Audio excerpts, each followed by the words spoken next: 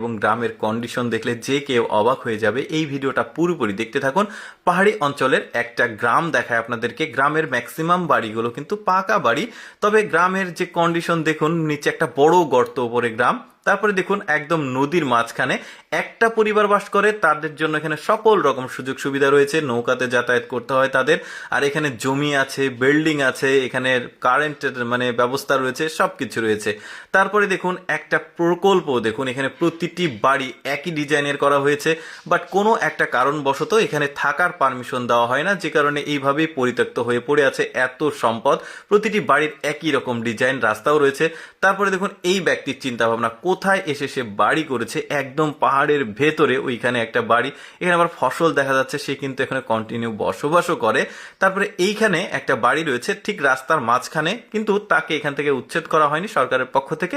সে যেহেতু সে রাস্তা বাড়িটা ছাড়তে চায়নি রাস্তার জন্য, তবে তাকে ওইখানেই রেখে দেওয়া হয়েছে। কোনো জোর জবরদস্তি নাই, আপনার মতো স্বাধীনতা অনুযায়ী আপনি এখানে থাকেন, কিন্তু রাস্তাটা অন্য দিক দিয়ে করেছে। তারপরে দেখুন এটাও একটা বাড়ি, ইট সিমেন্টের তৈরি একটি বাড়ি।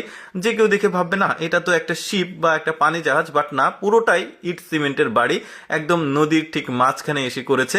হয়তোবা মানুষের ব্যতিক্রম চিন্তাভাবনা কিছু মানুষ থাকে পৃথিবীতে, যে আমি এইরকম একটা বাড়ি করব যে বাড়ির মতো আর কোনো বাড়ি থাকবে না, সামনে রয়েছে, তবে পরিত্যক্ত মনে হচ্ছে, এখন কেউ বসবাস করে না। তারপরে এইখানে দেখুন দুইটা রিসোর্ট রয়েছে, একদম ঠিক দুইটা পাহাড় রয়েছে পাহাড়ের ওপরে।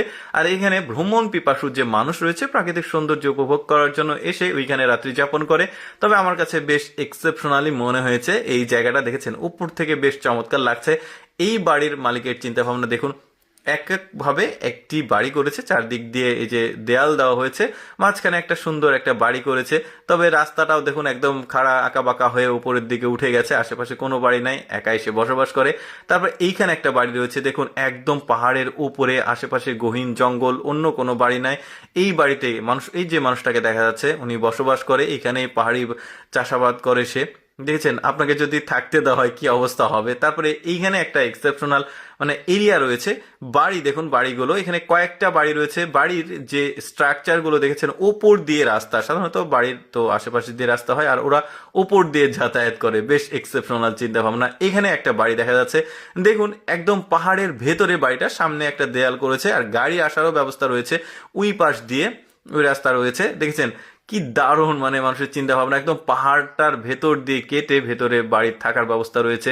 এখানেও একটা বাড়ি রয়েছে, এটাও বেশ এক্সেপশনাল। যাই হোক দর্শক, আমি সবসময় চেষ্টা করি আপনাদের সামনে একটু অদেখা ভিডিওগুলো উপস্থাপন করতে। এরকম ভিডিও প্রতিদিন দেখতে ভালো লাগলে আমাদের লেটস গো ফেসবুক পেজটি ফলো রাখুন। আজকের এই ভিডিওটি কেমন লাগলো কমেন্ট করে জানাবেন।